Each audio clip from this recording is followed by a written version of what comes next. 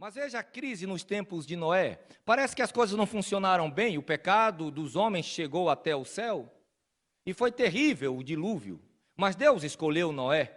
E olha o que está escrito em Gênesis capítulo 6, agora os versos 5 até o verso 7, diz assim: Ouviu o Senhor que a maldade do homem se multiplicara sobre a terra, e que toda a imaginação dos pensamentos do seu coração era só má continuamente. Então arrependeu-se o Senhor de haver feito o homem sobre a terra. E pesou-lhe em seu coração. E disse o Senhor: Destruirei o homem que criei de sobre a face da terra, desde o homem até o animal, até o réptil e até a ave dos céus, porque me arrependo de os haver feito. Crise. E a Bíblia usa pela primeira vez a palavra arrependimento de Deus. O arrependimento de Deus é diferente do arrependimento do homem, que implica em mudança de mente. Tristeza porque você não é onisciente, você não conhecia e você se arrependeu. O arrependimento de Deus, tanto no grego como no hebraico, é diferente. O arrependimento de Deus implica em mudança de atitude dele para com a raça humana. E esse arrependimento faz com que a gente perca muitas bênçãos. Deus programou a gente para viver eternamente e agora a gente faz uma escolha diferente e as atitudes de Deus mudam. Esta é a intenção do escritor bíblico ao usar a palavra arrependimento. É diferente. E Deus se arrependeu de haver criado o ser humano crise. E ele disse: eu vou limpar a terra do pecado e vou purificar com água. Quando você vê o livro de Levítico, a Bíblia diz no livro de Levítico que o melhor agente purificador é o fogo. Mas ele diz: se você não puder passar pelo fogo, que você não puder passar pelo fogo, purifique com água. Lembre, Deus já em uma primeira tentativa usou a água. Na segunda tentativa, diz o livro de Malaquias, ele usará o fogo, porque é o melhor agente purificador. Crise. Mas o evangelho se manifestou na crise e a arca foi feita. Você pensa que Deus tinha interesse só em salvar animais? Por isso ele fez uma arca grande? Não. Ele queria salvar um grande número de pessoas, mas só 8 aceitou ou aceitaram.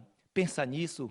A mesma coisa que a arca foi para o Antigo Testamento, aquele pedaço de madeira flutuando, assim é a cruz de Cristo no Novo Testamento. Abrace a cruz, volte para a cruz, é a única maneira de flutuarmos em meio à tempestade da crise da vida. A próxima crise que vemos na Bíblia é a crise dos dias dos profetas. Era muito difícil ser profeta naquele tempo. Veja o que diz Neemias capítulo 9, verso 28.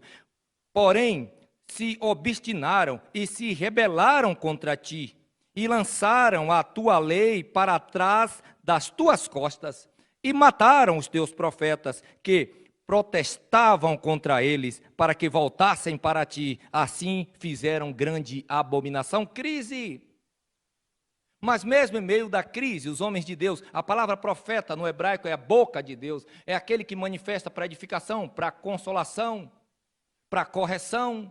É o que diz Coríntios 14, esse é o dom profético. Esses homens se levantavam e eram açoitados, e eram perseguidos, jogados em calabouços, até que morriam, eram mortos.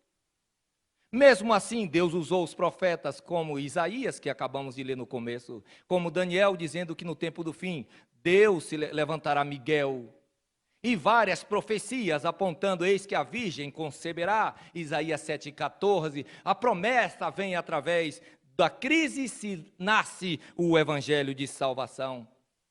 São muitas passagens bíblicas. Eu quero ler a crise também nos dias de Jesus. Não foi tempo fácil para Cristo. Veja o que está escrito em Marcos capítulo 14, os versos 34 a 36. Diz assim a palavra de Deus: E disse-lhes: a minha alma está profundamente triste até a morte. Ficai aqui e vigiai. E tendo ido um pouco mais adiante, prostrou-se em terra e orou para que, se fosse possível, passasse dele aquela hora.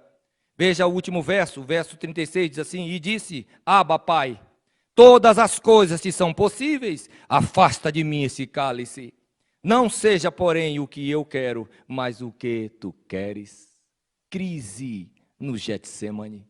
Jesus sofrendo porque os pecados não eram dele. Jesus sofrendo a crise dos teus pecados. É hora de guardar a mente. É hora de buscar em Deus saúde mental. Você não pode se afligir por seus filhos, você não pode se afligir por seus pais, você não pode se afligir por causa do governo. Cristo já suportou todas as aflições, nele vamos descansar, lançando sobre ele, diz a Bíblia, todas as nossas ansiedades, porque ele tem cuidado de nós. É hora de descansarmos a mente, porque senão essa pandemia vai acabar e nós estaremos loucos. Cuida disso. A crise no Getsemane, Jesus sofreu por você, ele sentiu o peso do teu pecado, não era o pecado dele que o preocupava. O problema era o nosso pecado.